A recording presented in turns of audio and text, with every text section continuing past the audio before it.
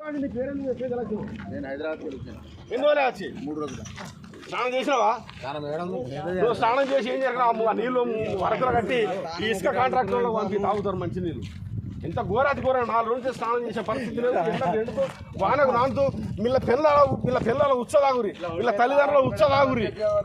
ఎందుకు మీ బతుకులు పాడు కానీ మీ బతుకులకు అగ్గి పెట్ట మీ బతుకులు పాడు గాను ఎక్కడైతే ఆంధ్ర నుంచి వచ్చి ఇక్కడ ఇసుక కాంట్రాక్టులు బట్టి ఇక్కడ ఏం దోపిడీ చేస్తున్నారు? ఇక్కడ ఎందుకు ఆపుతున్నారు? 4 రోజుల నుంచి ఇసుకను ఇలా లోడ్ చేసి పంపించక లారీ డ్రైవర్ లేదు, లోడింగ్ స్లో చేస్తారు లోడింగ్. మన అయితే బండ్ల డీజిల్ అయిపోయింది, 20 లీటర్ మోస్తారు వాళ్ళు డీజిల్ అంతే.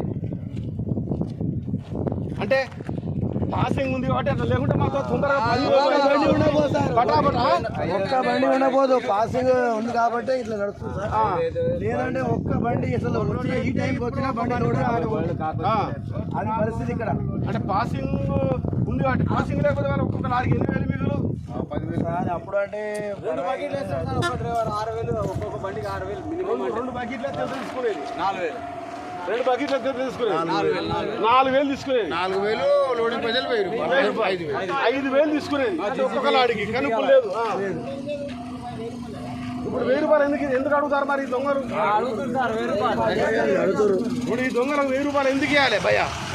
లోడింగ్ సార్ వాళ్ళకి డీజిల్ ఖర్చు అది అవన్నీ వాళ్ళకు ఇప్పుడు మనం వీడి తీసిన వాళ్ళకి గవర్నమెంట్ ఇస్తుంది కదా. 1,000 రూపాయలు తీసుకొని కూడా లోడింగ్ చేస్తారు సార్. ఇక 1,000 రూపాయలు లోడింగ్ 3 రోజులు 4 రోజులు బాత్రూమ్ పోదామంటే చాలా కష్టం అవుతుంది ఇక్కడ. ఇక్కడ మొత్తం పొలాలు ఊరు మనుషులు వస్తారు. ఏమైనా చాలా ఇబ్బంది అవుతుంది. ఇప్పుడు పొద్దున్న నుంచి పడితే ఎన్ని బండ్లు అయినా ఎదిగో తెలియస్తారు కానీ లోడ్ చాలా స్లో ఉంది. ఇప్పుడు సాయంత్రం లోడ్ అయ్యే మూమెంట్ అయితే హాస్పిటల్ ఉన్నాం సార్. లోడ్ అయితే వెళ్ళిపోతుంది కానీ ఎప్పటికీ నాడు